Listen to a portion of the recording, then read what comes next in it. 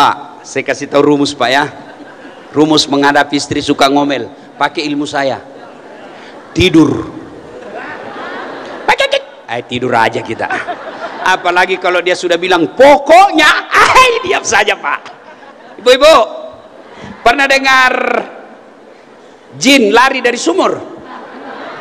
Oh Bu, ada jamaah saya di Makassar nanya, Ustadz, kenapa itu suami saya tidak betah di rumah? Saya takut dia tersinggung. Saya ceritakanlah, ada suami istri Pak, bertengkar aja kerjanya. Ada duitnya, tidak ada duit, ngomel aja kerjanya istrinya. Suatu ketika suaminya bawa beli perhiasan. Beli perhiasan, senang istrinya. Makasih bang, terima kasih bang, engkau adalah bidadari dalam hidupku bang. Wah senang. Karena sudah senang, suaminya berkata, Dek, kita pergi ziarah sumur tua di kampung. Pergilah dia karena lagi senang kan. Sumur ini Bu, 400 tahun umurnya. Sampailah dia di sumur. Kata suaminya, Dek, kau coba lihat ada ndak airnya itu sumur? Ada bang, tapi dangkal. Maksudnya? Dangkal bang, paling sampai di lutut. Serius, serius bang. Dalam hati suaminya berarti aman. Begitu dekat bibir sumur istrinya, didorong istrinya masuk. Duk, jatuh istrinya ke sumur. Kata suaminya, ngomel aja kau di situ. Ndak ku dengar juga ngomel kau sampai capek. Suaminya di atas. Ngomel kau di situ. Ngomel kau. 1 jam kemudian, tiba-tiba dalam sumur ada makhluk keluar tinggi besar hitam. Kaget suami. Hei, siapa kamu? Saya jin penunggu sumur ini. Saya sudah 400 tahun di dalam tenang-tenang. Ada perempuan di dalam, ngomel aja kerjanya. Lebih saya lari ya. Kata suaminya, sini dulu. Kamu baru 1 jam. Saya 24 jam. Saudara-saudara sekalian teristimewa yang kita muliakan, Kiai Jujun Junaidi, tuan guru saya yang saya banyak belajar sama beliau, yang insya Allah dimuliakan dan diangkat segala penyakitnya secara sempurna oleh Allah. Yang kita hormati Bapak Pangdam Siliwangi, beliau selalu saya lihat viral juga mengaji. Masya Allah, saya waktu pertama lihat saya doakan mudah-mudahan beliau jadi Panglima TNI. Yang kita hormati Bapak Wakil Gubernur Jawa Barat, beliau ini hebat Pak, karena bisa mewakili gubernur. Sementara gubernur tidak bisa mewakili beliau. Masya Allah, hebat Bapak ya. Masya Allah. Sok.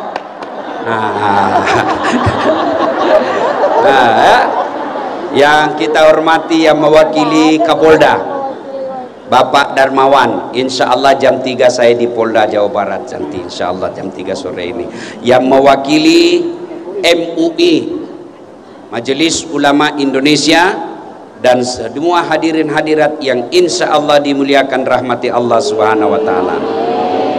Loh saya lupa, ini acara apa ya? Kita acara apa ini Bu? Maulid. Ibu-ibu berapa kali dilahirkan? 1 kali. Pada hari dilahirkan itu namanya maulud. Ya? Nah, tapi tiap tahun ibu adakan perayaan, ada yang pengajian, ada yang bikin kue, ada yang ke Singapura merayakannya hari kelahirannya. Itulah yang disebut maulid. Nabi sekali lahir 12 Rabiul Awal tahun gajah, maulud. Tiap tahun kita ingatkan, peringati namanya maulid. Bagaimana hukumnya Ustadz? Yang mau silahkan, yang tidak mau silahkan. Ada yang mengatakan itu bid'ah, sesat, tidak pernah dilakukan oleh Nabi. Janganlah kebencianmu kepada seseorang sehingga kamu berlebih-lebihan mencap kami. Bagi kami yang tidak mau maulid, mangga, kami hormati, tapi tolong hargai juga kami sebagai saudara. Jangan kau tuduh kami bid'ah, sesat, dan mengajarkan sesuatu yang tidak baik. Apa yang salah dengan maulid? Satu, kita dengar ada pembacaan ayat suci Al-Quran. Ada enggak ayat atau ulama yang melarang pembacaan ayat suci depan orang banyak? Dua, maulid kita dengar ceramah, sirah-sirah Nabi, sejarah Nabi. Ada enggak dakwah atau ulama atau ayat atau hadis atau dalil yang melarang kita dakwah? Justru itu anjuran.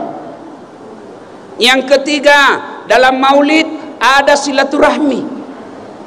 Tidak pernah ketemu pangdam. Alhamdulillah sekarang kita bisa lihat secara langsung.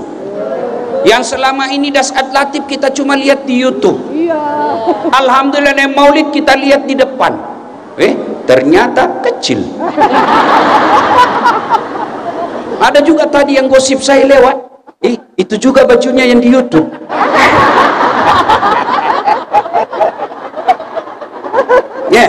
Memang saya, Bu, saya tidak gagah, tapi saya penuh pesona. Mana buktinya? Semua mau foto sama saya. Ayo, dengan maulid kita dengar ceramah, dengan maulid kita silaturahmi, dengan maulid ada berbagi rezeki. Mana itu berbagi rezeki? Itu yang snack? Iya, iya toh. Ada yang sudah dapat, dia bilang belum. Sudah dikasih, dia bilang anak saya Ustaz. Bukan datang mengambil snack kan? Iya. Nah, kalau begitu sebentar pulang kumpul snacknya kembali. Alhamdulillah dengan maulid kita bersilaturahmi, dengar dakwah, dengar ayat suci Al-Quran. Jadi tidak ada sesuatu yang batil. Maka kesimpulannya, yang mau maulid silahkan, yang tidak mau maulid tidak usah, tapi kita saling menghormati. Clear, selesai masalah. Poin kedua, setiap maulid dari Sabang sampai Merauke, selalu tiap tahun saya ikut ceramah dengan hikmah maulid. Kita meneladani Nabi. Coba lihat ini, spirit maulid Nabi meneladani akhlak Rasulullah sallallahu alaihi wasallam menuju Jawa Barat istimewa, kayak judul skripsi. Iya kan? Iya kan? Nah,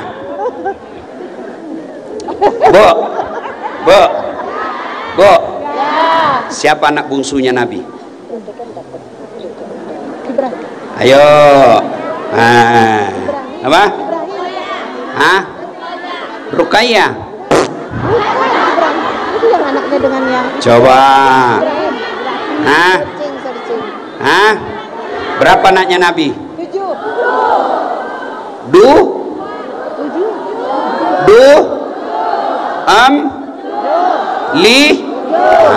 Siapa anak pertamanya? Fatih. Coba, sudah 30 tahun 40 tahun jadi umat Nabi, anak-anaknya Nabi aja kita tidak tahu. Iya, anak-anak Nabi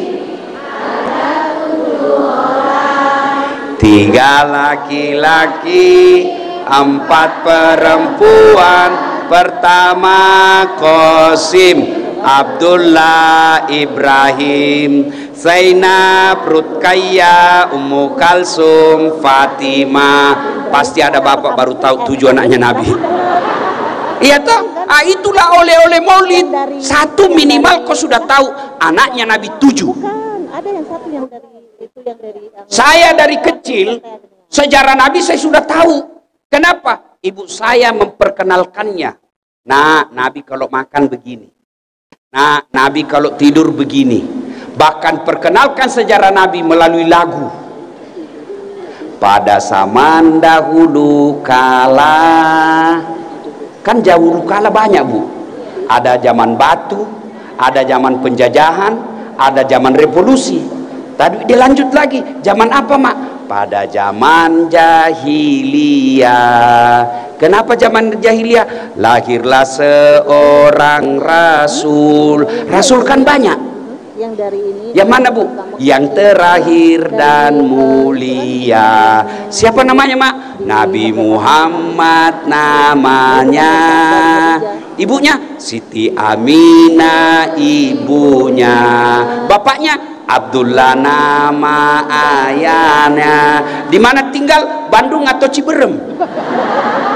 Madinah tempat tinggalnya.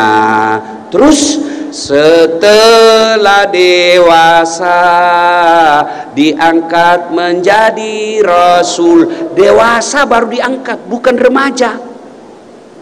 Dewasa. Nabi nikah 25 tahun. Artinya menjadi kepala rumah tangga 25 tahun sudah boleh.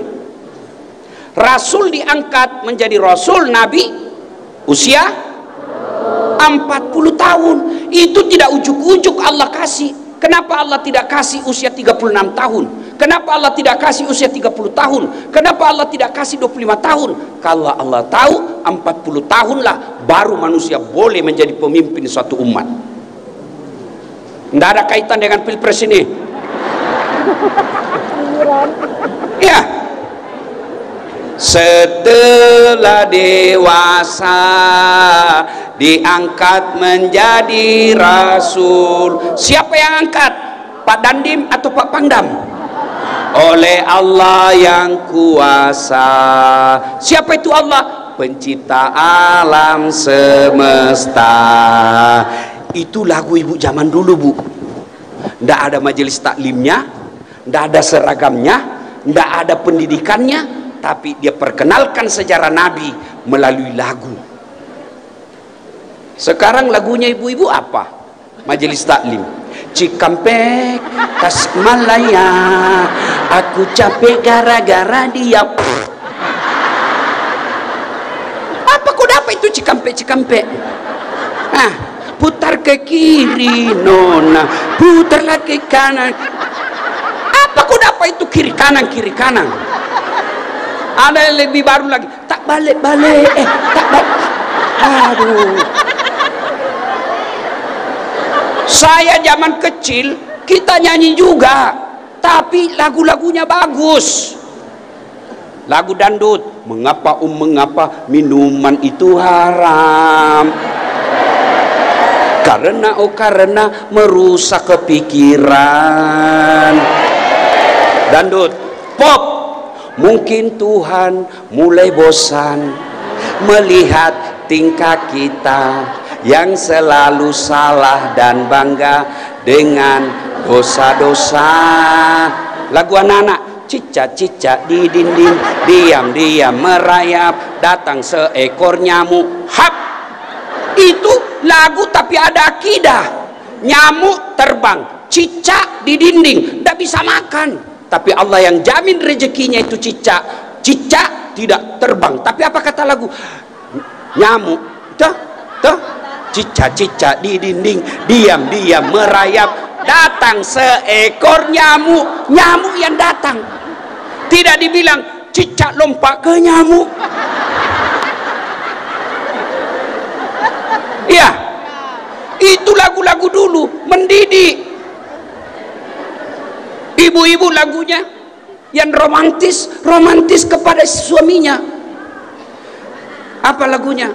Bila kamu di sisiku, hati rasa syahdu. Nah, itu kepada suaminya. Suami kepada istrinya, dia nasihati, suka ngomel. Insaflah wahai manusia. Itu Masya Allah. Betul Masya Allah. Ya. Nah, Bapak saudara-saudara sekalian, jadi kita mesti perkenalkan anak kita sejak kecil sejarah Nabi melalui lagu. Boleh coba tadi, anak-anak Nabi ada 7 orang, 3 laki-laki, 4 perempuan. Pertama Qasim, Abdullah, Ibrahim, Zainab, Rutkaya, Ummu Kalsum, Fatimah. Oke, itulah tadi teman-temanmu dari TKTPA Pusdai Bandung. Bu, nah masalahnya adalah bagaimana kau mau mencontoh Nabi, meneladani Nabi, kalau sejarah Nabi kau tidak tahu. Tidak mungkin. Bagaimana Nabi kencing kita tidak tahu, bagaimana Nabi bertetangga kita tidak tahu, bagaimana Nabi bermusyawarah kita tidak paham, apalagi mau mencontohnya. Maka inilah tujuannya maulid. Kalau mereka bikin bukan maulid, namanya sirah nabawiyah, sama aja itu bos, beda casing. Nah, mana kita contoh banyak, tapi yang berkaitan dengan tema kita adalah masjid berperadaban. Oh, kalau orang ambil nilai-nilai masjid berjamaah, disitulah masyarakat Islam. Satu, lihat masjid. Masjid itu mengajarkan persatuan. Apa ibu? Sholat berjamaah itu mengajarkan. Coba bayangkan kalau kita berjamaah pakai bahasa masing-masing. Yang jadi imam keturunan Arab, dia takbir pakai bahasa Arab, Allahu Akbar. Makmum saudara kita orang Bugis, takbir pakai bahasa Bugis, Pungallahu ta'ala malupu. Datang lagi saudara kita penjual nasi padang, Allah nan gadang. Datang pula saudara kita orang Banjarmasin, orang Banjar, dia takbir Allah ganal bujur. Datang pula saudara kita dari Bandung, Allah na ageng. Ya, ya. Terakhir anak gaul dari Jakarta, dia takbir pakai bahasa gaul Jakarta, Allah gede banget gitu loh. Coba, ya, apapun sukumu, apapun bahasamu, ketika berjamaah satu, Allahu Akbar. Tuh nilai persatuan. Coba lihat, Bu, Pak. Dalam masjid sini, sebelah kanan datang dari utara, hadap ke barat. Dari selatan, hadap ke barat. Dari timur, hadap ke barat. Dari barat, hadap ke barat. Tidak bisa dari timur, hadap ke timur. Dari selatan, hadap ke selatan. Dari utara, hadap ke utara. Begitu ruku, tabrakan pantatmu. Itulah nilai persatuan. Bapak Ibu tahu enggak? Tahu enggak? Ya memang saya belum kasih tahu. Arab, benua Arab, negara Arab itu satu saja sukunya, Arab. Satu bahasanya, bahasa Arab. Sampai sekarang belum bisa akur. Ya, sampai sekarang masih suka ribut. Kita dari Sabang sampai Merauke 17.000 bahasa. Suku beda-beda. Margono Jawa, Margana Sunda, Ambodale Bugis, Ucok Batak, Upin Malaysia. Iya toh, Masya Allah. Tapi alhamdulillah, meskipun bahasa kita banyak, suku kita banyak, jandanya banyak, dudanya, tapi kita tetap akur. Tahu negara kita, Bu, dari Sabang sampai Merauke itu kalau diangkat, andai saja boleh diangkat, angkat Indonesia Sabang sampai Merauke, tutup ke benua Eropa, tertutup semua benua Eropa, Pak. Begitu besarnya negara kita. Maka banyak yang cemburu Banyak yang ingin menguasai negara kita. Kenapa? Sumber daya alamnya banyak. Ada nikelnya, ada emasnya, ada batu baranya, ada sawitnya. Coba, Arab cuma minyak, tidak ada sawitnya. Arab cuma minyak, tidak ada batu baranya. Kita alhamdulillah banyak pun. Dari segi ekonomi, inilah Indonesia daerah pemasak pasar yang sangat bagus. Kenapa? Penduduknya hampir 300 juta. Maka siapa yang menguasai Indonesia bisa menjadi sumber pendapatan. Bagaimana caranya mereka menguasai kita? Dihasutnya kita kasih berkelahi. Cara apa? Dia hasut kita melalui medsos, hoax, berita bohong. Maka berjamaah harusnya kita sadari, kita harus Bhinneka Tunggal Ika, berbeda-beda tetapi tetap bersatu, kita teguh, bercerai. Kenapa kawin lagi? Ya, satu, nilai persatuan.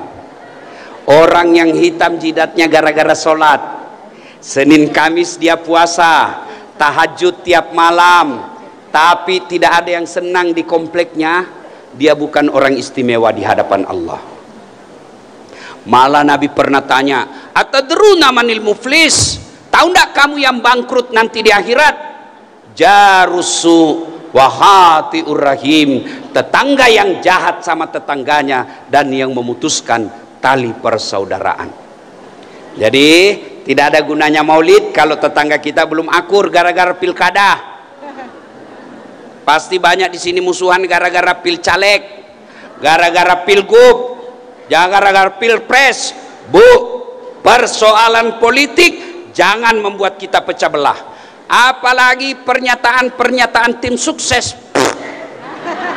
Jangan percaya. Gara-gara pilpres mereka musuhan tetangganya, padahal yang menang tidak pernah tahu kamu. Hah? 2014 siapa yang bertanding? 2019 siapa yang bertanding? Bapak Prabowo dengan Bapak Joko Widodo. Siapa yang menang? Bapak Jokowi. Siapa menterinya? Bapak Prabowo. Ayo, 2024 Pilpres, siapa yang bertanding? Bapak Prabowo lawan Anies Baswedan. Siapa wakilnya Anies Baswedan? Muhaimin Iskandar. Siapa yang menang? Siapa menterinya? Muhaimin. Ngapain ribut-ribut? Maka jangan lagi kita selesai maulid ini, jangan lagi kita dibodoh-bodohi sampai berpecah belah gara-gara pilpres, pilcaleg dan pilkada. Pilihan boleh berbeda, tapi satu negara kesatuan Republik Indonesia tidak boleh kita bermusuhan. Apalagi nilai berjamaah dalam masjid. Coba lihat, dalam masjid itu ibu, kalau berjamaah yang paling depan namanya apa? Imam. Apa namanya? Imam. Belakang imam sebelah kanan apa namanya? Muballagah.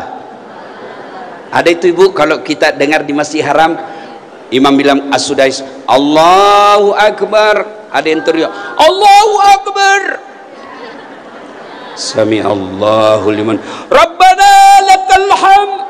Itu muballagah, sebelah kanan. Di belakang itu umum, apa namanya? Makmum. Jadi makmum siapa saja boleh, mulai yang paling pintar sampai paling bego boleh jadi makmum, mulai yang paling cakep sampai paling jelek boleh jadi makmum, mulai dari tentara, polisi, ASN, pengangguran, tukang tipu boleh jadi makmum. Iya, boleh, boleh. Tapi imam tidak boleh sembarang, harus dihati-hati milihnya. Kenapa? Karena kalau salah imam, jamaah hancur. Ya, ya. Bu, ada dulu waktu saya kecil berjamaah di kampung, imam lama sekali sujud. Kenapa lama sekali nih? Tidak seperti biasa. Kok lama betul? Ada kawan saya diangkat kepalanya, wih, hilang imam. Ternyata imam keluar melalui pintu samping. Bubar sholat. Selesai sholat ditanya, Pak Imam, kenapa kau tinggalkan jamaah? Saya kentut, nak. Kita bilang, Pak Imam, lain kali kalau Pak Imam kentut, angkat dulu kepala kami supaya dilihat kau keluar. Dia bilang apa? Saya sengaja, nak, malu saya kau tahu. Siapa salah? Siapa salah? Imam. Ada lagi nih, tidak tahu benar atau tidak. Wallahu alam benar atau tidak nih. Dia baca Al-Fatihah lancar. Baca surah-surah pilihan hanya dia yang hafal. Begitu dia baca itu surah, tiba-tiba ada cecak jatuh. Kena telinganya. Stres, kaget. Orang kaget, hilang hafalannya. Apa sambungannya ini? Dia lupa. Apa sambungan? Suasana hening. Terpaksa Pak Imam bilang, tolong bantu di belakang. Dia bilang di belakang, saya juga tidak tahu. Tiba-tiba berteriak, kalau begitu ya sudah, Allahu Akbar. Siapa salah? Siapa salah? Nah, ada lagi nih kejadian. Wah, ini dia bukan ulama, bukan juga agamawan, tapi dia pakai gamis. Pakai gamis jadi orang semua, wah ini pasti yang baik agamanya nih, doronglah dia jadi imam. Fatihah lancar, satu-satunya surah yang dia hafal Al-Kafirun. Dia bacalah Al-Kafirun. Wala antum abiduna ma'abud wala ana abidum ma'abadtum wala antum abiduna ma'abud wala ana abidum ma'abadtum wala keringatan dia wala antum abiduna wala ada abidu. Anak muda di belakang teriak, Pak Imam, kenapa tak putar-putar? Dia bilang, Pak Imam, ini juga kupikir. Siapa salah? Siapa salah? Imam. Maka kalau imam salah, kacau bangsa. Ya? Iya, Bu? Iya, makanya pelajarannya jangan pilih imam hanya karena satu suku, jangan pilih imam karena satu partai, jangan pilih imam karena kamu tetangga, jangan pilih imam karena kamu tim sukses, tapi pilihlah yang betul-betul kamu yakini bisa menjadikan Indonesia baldatun thayyibatun walabbul ghafur. Pak, pernah berjamaah? Pernah? Pernah enggak dengar imam salah baca? Pernah enggak? Pernah? Pernah, Pak? Pasti pernah. Ya, manusia biasa. Iya, manusia biasa. Itu aja imam, berapa aja jamaahnya salah ngomong. Nah, kalau dia salah, imam mestinya ruku, dia sujud. Boleh ditegur. Kalau imam salah, boleh ditegur. Boleh, tapi ada aturan fikihnya. Begitu imam salah, tidak boleh kau bilang, imam. Anarkis.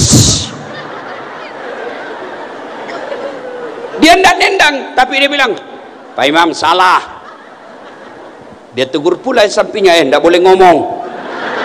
Yang satu ngomong, alhamdulillah untuk saya tidak ngomong. Iya. Nah, kalau imam salah boleh ditegur. Cara tegurnya muballaghah. Tidak boleh yang sebelah sana teriak, tidak boleh teriak paling belakang, tidak boleh teriak paling atas. Bingung imam, mana saya dengar. Maka yang ngomong adalah muballaghah. Siapa muballaghah? Anggota DPR. Kalau gubernurmu salah, wali kotamu salah, bupatimu salah, ngomong dong, jangan diam. Saudara dipilih bukan di lotre.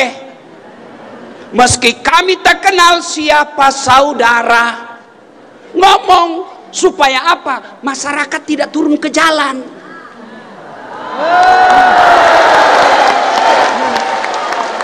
Agak ada anggota dewan diam, ada anggota dewan diam. Ya salah sedulur-sedulur. Kenapa kau pilih? Kamu pilih hanya karena populer. Kamu pilih hanya karena isi tas. Jangan, pilihlah karena integritasnya, moralitasnya. Pengalaman kemarin ribut-ribut hanya orang yang tidak berakal, yang tidak belajar dari sejarah. Pengalaman kemarin kita ambil bahwa 2029 akan datang. Jangan kau pilih karena dia populer di televisi. Jangan kau pilih karena dia terkenal di YouTube. Jangan kau pilih karena dia banyak duitnya. Tapi pilih yang betul-betul kamu yakini bisa menyampaikan aspirasimu. Betul-betul nanti kau lupa lagi. Ya Pak, imam salah manusiawi. Anggota DPR tegur. Bupati naikkan pajak, tegur. Anggota dewan ngomong, Pak Bupati, Pak Gubernur, Pak Wali Kota, memang kita butuh pajak, tapi sebaiknya ditunda dulu. Nanti kita naikkan pajak setelah rakyat sejahtera. Itu fungsinya anggota dewan. Jangan kau diam. Kalau sudah ngomong, kewajibanmu di akhirat sudah lepas. Tapi kalau kau diam, kau dicari nanti sama malaikat. Mana itu anggota dewan? Habis duitnya 50 miliar, nggak ngurus rakyat, beleng-beleng. Ya, kalian juga kalau tegur imam tidak boleh anarkis. Caranya, subhanallah, maha suci Allah. Bukanlah subhanallah kau bakar gedung. Subhanallah, bukan. Marah Allah yang menyebut takbir lalu dia merusak. Takbir, takbir. Coba sebut namanya Kiai Jujun sambil kau merusak. Kiai Jujun bakar, Kiai Jujun lempar. Marah Allah. Saya yang maha pengasih, saya maha penyayang, saya maha pengampun. Kenapa kau bakar, kau sebut-sebut namaku? Tak boleh. Kenapa terjadi begini? Ayo lebih baik kita koreksi. Tidak baik saling menyalahkan, tapi saling koreksi diri. Oh, rakyat kita turun, ke dewan kita diam.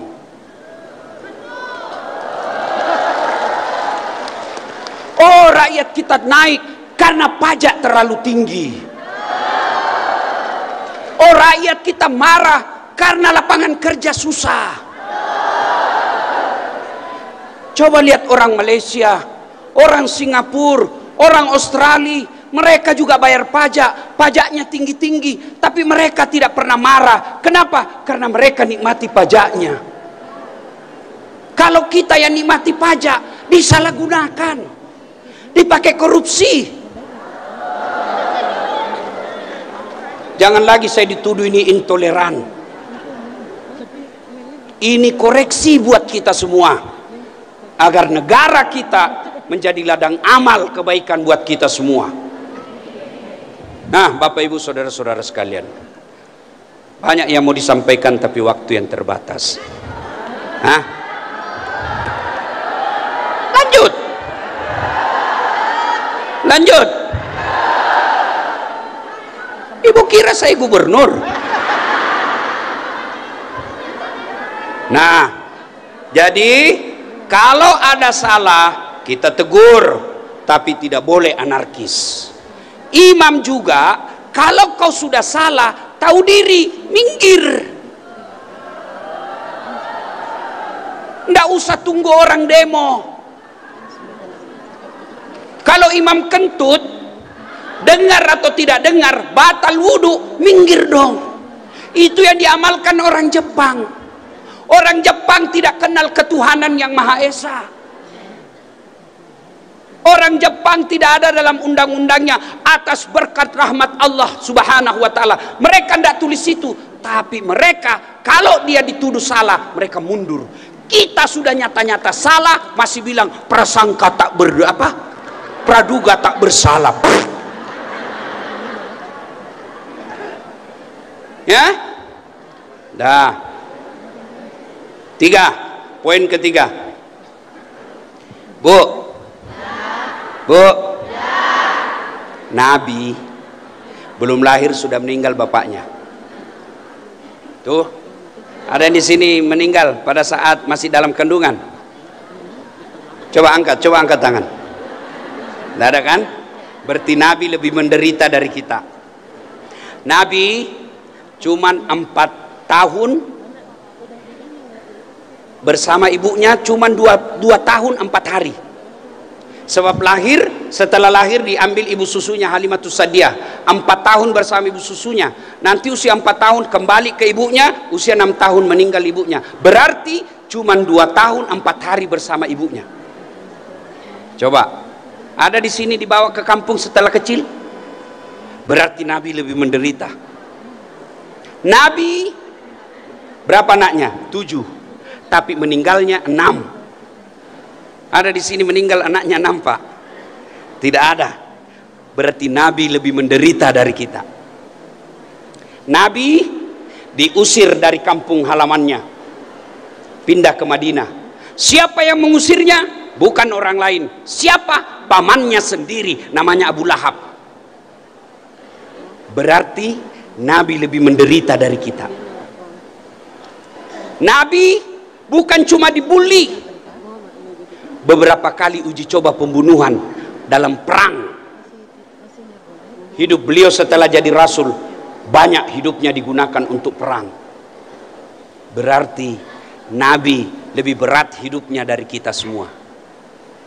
Nabi penuh masalah dalam hidupnya. Ada enggak di sini yang tidak ada masalahnya? Ada? Bapak-bapak, ada di sini tidak ada masalahnya? Semua kita punya masalah. Istri cantik, masalah, digoda orang. Berarti bagus kalau istri jelek. Istri jelek dihina orang, masalah. Berarti bagus kalau tidak ada istri, masalah. Berarti bagus kalau banyak istri, nah masalah. Tidak ada orang, tidak ada masalahnya. Ini nih di depan kita ini, muka-muka penuh masalah juga ini. Ini yang ceramah, oh banyak masalah saya. Apalagi setelah saya viral, banyak janda-janda curhat. Ustaz, adakah doa-doa penenang jiwa? Saya kirimlah doa di WhatsApp. Lama-lama dengan Ustaz, saya sudah tenang Ustaz. Maukah Ustaz menjadi imam dalam hidupku? Mohon maaf Ibu, mohon maaf Ibu, saya bukan imam, saya penceramah. Ya, oke. Nabi punya masalah. Allah tidak mengatakan dasat, kalau ada masalahmu kau sarjana dulu. Pak Pangdam ada masalah jadi bintang 3 dulu. Wagub ada masalah jadi gubernur dulu. Tidak, Allah cuma minta 2. Ista'inu bis-sabri was-shalah. Negara kita memang belum sesuai yang kita mau. Ya, lapangan kerja susah, sembako agak mahal. Sabar. Nabi pernah 3 hari 3 malam tidak makan sampai cucu beliau Hasan Hussein pucat. Itu Nabi, apalagi kita yang banyak dosa. Ya. Dan hebatnya Tuhan kita, kalau kamu masalah dan sabar, jadi pahala itu masalahmu. Kalau kau kaya dan syukur, syukurmu jadi pahala. Semua enak kata Nabi. Semua urusan umatku baik. Dia ada masalah, dia ada musibah, dia bersabar. Sabarnya menggugurkan dosa-dosanya dan sabarnya jadi pahala. Bu, banyak masalah, jangan pinjol.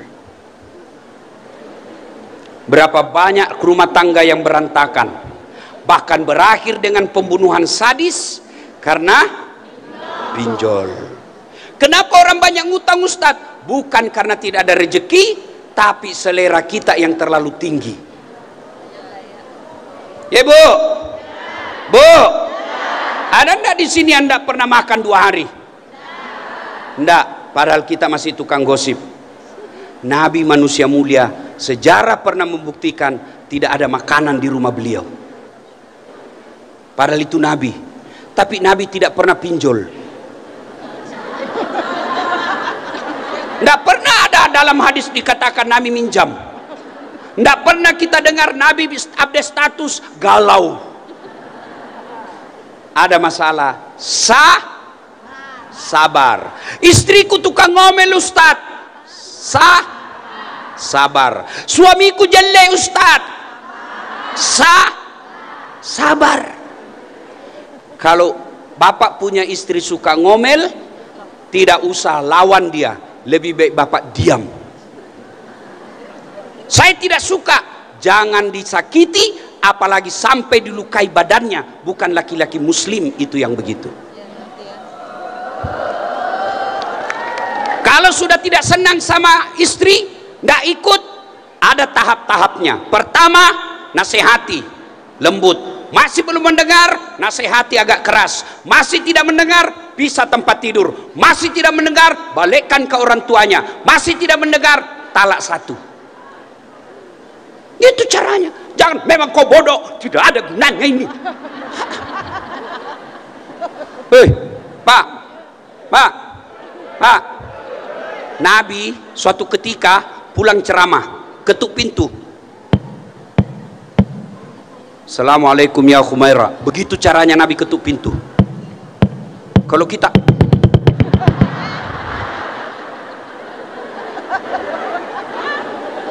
sampai 3 kali tidak ada jawaban, apa Nabi ngamuk? Tidak. Subhanallah, manusia mulia yang sangat dicintai Allah, dia ambil serbannya, dia hamparkan di depan pintu, tidur di depan pintu beralaskan serban. Nabi, Bu, bangun istri beliau Aisyah, beliau lebih dulu jabat tangan dan minta maaf. Maafkan saya ya Khumairah, saya terlambat pulang tadi malam sehingga tidak bisa memberikan kehangatan dalam tidurmu. Masya Allah, ada suami begitu di sini? Saya kira Pak Pangdam Cibanjur, Pak, yang banyak buka, memang kok goblok. Yang saya heran lagi, kita sudah ngontrak-ngontrak, kerja ndak jelas, anak kita banyak, suami jelek, istri bau mulutnya, bertengkar tiap hari. Kapan kau bahagia, bos? Kalau orang kaya bagus rumahnya, mobilnya mewah, makannya enak, kamarnya empuk, bertengkar paling tidak dunia dia nikmati. Tapi kita yang sudah miskin, kerja ndak jelas, tengkar tiap hari, kapan bahagianya? Yang anehnya lagi, bertengkar, hamil lagi.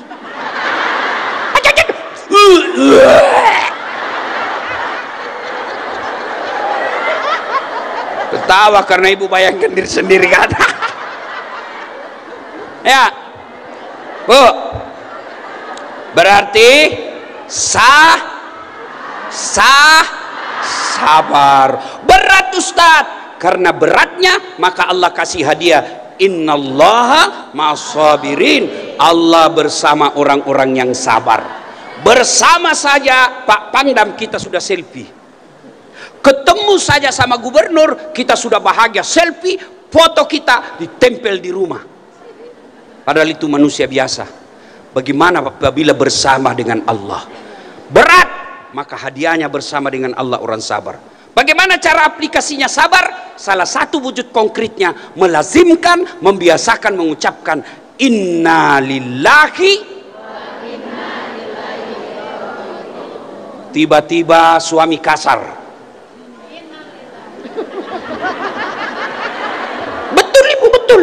tapi jangan di depannya. Capek suami, ibu jalan. Sudah bang, sudah. Ibu balik.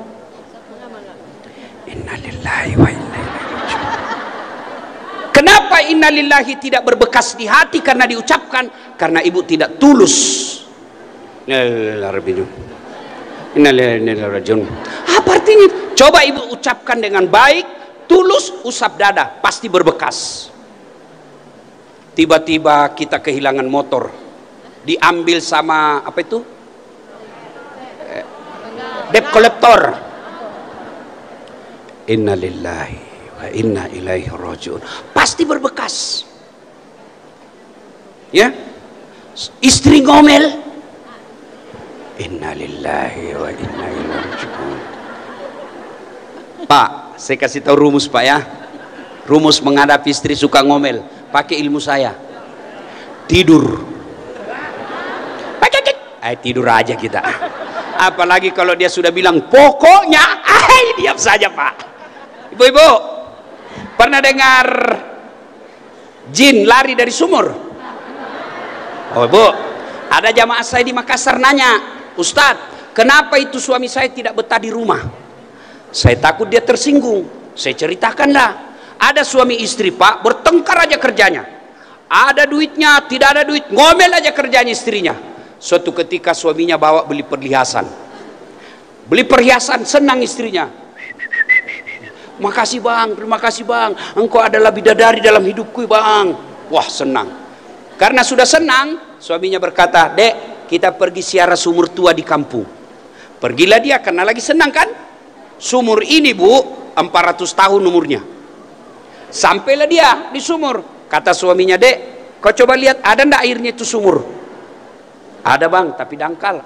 Maksudnya dangkal bang, paling sampai di lutut. Serius bang. Dalam hati suaminya berarti aman. Begitu dekat bibir sumur istrinya, didorong istrinya masuk, duk, jatuh istrinya ke sumur. Kata suaminya, ngomel aja kau di situ. Ndak ku dengar juga ngomel kau sampai capek. Suaminya di atas, ngomel kau di situ, ngomel kau. 1 jam kemudian, tiba-tiba dalam sumur ada makhluk keluar, tinggi besar hitam. Kaget suami, hei siapa kamu? Saya jin penunggu sumur ini. Saya sudah 400 tahun di dalam tenang-tenang. Ada perempuan di dalam, ngomel aja kerjanya. Lebih selari ya. Kata suaminya, sini dulu, kamu baru 1 jam, saya 24 jam. Maka ibu sudah tahu kenapa suami tidak betah di rumah? Sudah tahu? Ngomel. Maka kalau tidak sesuai selera, sabar. Sabarnya Allah akan hadiahkan bersama dengan ibu. 2, Nabi resepnya ketika ada masalah, sholat. Apa ibu? Sholat. Jadi kalau ada masalah, tidak usah cari kambing hitam, koreksi sholat kita. Tidak mungkinlah Allah menyengsarakan hidupnya orang yang baik sholatnya. Kenapa saya banyak utang Ustadz? Pasti sholatnya suka nyicil. Sholat duhur, besok lagi dia baru sholat, maka cicilannya pun banyak. Kenapa sholat saya Ustadz? Kenapa hidup saya penuh masalah? Pasti sholatnya dianggap remeh. Cari orang yang baik sholatnya. Barangkali kita lihat rumahnya sederhana, tapi tenang hidupnya. Saya kasih contoh. Ibu-ibu, bu, halo bu, siapa punya dunia? Siapa punya dunia? Allah. Saya kasih contoh. Kita cari nafkah dari Jawa, dari Semarang, dari Sulawesi, dari Madura, datang ke sini cari dunia. Kalau yang punya dunia kita jauhi, mustahil kita miliki dunia. Saya kasih contoh. Saya datang ke Bandung. Begitu saya mendarat, saya telepon Pak Pangdam. Saya akrab sama beliau. Pak Jenderal, izin Pak Jenderal. Saya ada di Bandung. Saya mau keliling-keliling ini lihat kota Bandung, tapi tidak ada mobil saya. Pak Jenderal katakan, waduh, saya lagi di Jakarta ini Ustadz. Tapi jangan cemas Ustaz, tenang, tunggu. Beliau telepon ajudan. Ajudan, siap Jenderal. Itu ada Ustadz Dasad di bandara, di terminal. Tolong kau bawakan mobil, isi penuh bensinnya, kasih mobil yang baik dengan pengawalan, jangan lupa kasih pembeli oleh-oleh. Contoh, biar contoh cemburu juga. Contoh, udah 30 menit kemudian datang ajudan. Siapa Ustadz? Ada kiriman kendaraan dari Pak Jenderal, ini kuncinya, ini sopir, ada pengawalan, ini pembeli oleh-oleh. Contoh, contoh, sudah selesai urusan saya soal mobil. Kenapa? Saya akrab sama yang punya mobil. Sebaliknya ada dari Sulawesi Selatan, tidak pernah ketemu Pak Jenderal, tidak pernah kenalan, tidak pernah dilihat wajahnya. Lanjut di bandara Tudularang apa? Ya, ya itulah yang saya maksud. Ya kan? Telepon Pak Jenderal, Pak Jenderal, pinjam dulu mobilnya Pak Jenderal. Siapa ditelepon Pak Jenderal? Siapa ditelepon? Kapolres. Tangkap itu. Pasti tukang tipu. Nggak kenal, nggak pernah kenal, pinjam mobil. Pasti tukang tipu. Tangkap. Begitu juga dalam hidup ini. Nggak pernah sholat. Sholatnya cuma hari Jumat. Paling terlambat datang, paling cepat pulang. Orang khotbah kau tidur, tiba-tiba ada masalah besar dalam rumah tangga. Ya Allah, capek saya sudah hadapi hidup ini saya, ya Allah. Kenapa hidupku begini, ya Allah? Capek saya sudah, ya Allah. Allah dengar malaikat, karena dia sudah capek hidup, cabut nyawanya. Jadi sebatang pohon lebat bunganya serta buahnya, walaupun hidup 1000 tahun, kalau tak sembayang apa gunanya? Walaupun hidup 1000 tahun, kalau tak sembayang apa gunanya? Sholat, ya. Saya sholat Ustaz, kenapa hidupku susah? Tidak ikhlas. Hayya 'alas sholat, asar lagi. Tidak ikhlas. Saya sholat Ustaz, betul kau sholat tapi main-main. Bismillahirrahmanirrahim. Shiratal ladzina an'amta 'alaihim. Ibu bayangkan begitu semua toh.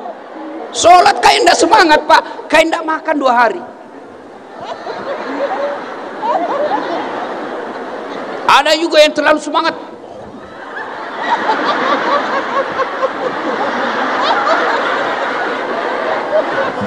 Iya toh?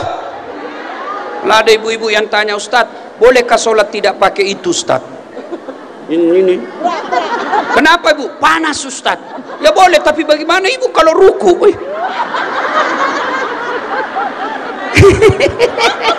Membayangkan diri sendiri kan?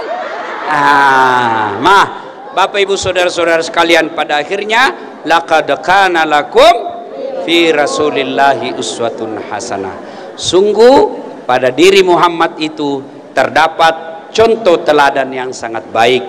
Quran surah Al-Ahzab ayat 21 disebut surat Al-Ahzab bergolong-golongan karena ayat ini turun ketika Rasulullah berperang. Al-Ahzab namanya, ada melawan suku, melawan orang Yahudi, orang munafik dan orang musyrik, melawan mereka. Maka Allah perintahkan contoh Muhammad. Di Indonesia juga kita ini ada orang munafik, ada orang musyrik, ada orang pura-pura baik. Cara menghadapi mereka adalah tak lain contoh Rasulullah dalam menghadapi mereka. Salah satu contoh itu adalah akhlak yang mulia. Rasulullah diutus, untuk apa kau diutus ke muka bumi ini ya Rasul? Mencerdaskan kehidupan bangsa? Bukan itu saja. Untuk apa? Liutammimal makarimal akhlak, memperbaiki akhlak. Dan belajar soal akhlak itu lebih mulia daripada kita belajar soal fikih. Fikih penting, tapi akhlak di atas segalanya. puncak dari semua ilmu adalah akhlak, dan Rasulullah adalah contoh teladan dalam berakhlakul karimah. Terima kasih atas undangannya, terima kasih atas kedatangannya. Ingin rasanya berlama-lama, tapi saya sudah capek. Masih bisa Bu 1 jam lagi? Serius? Saya yang tidak bisa. Mudah-mudahan ada manfaat, kita doakan. Saya terus terang begitu tiba tadi, saya senang sekali Jenderal, sebab yang hadir lengkap. Ya, jarang sekali kita bikin acara pejabat-pejabatnya lengkap. Hari ini di Jawa Barat dihadiri oleh pejabat-pejabat dan ulama-ulama pun lengkap.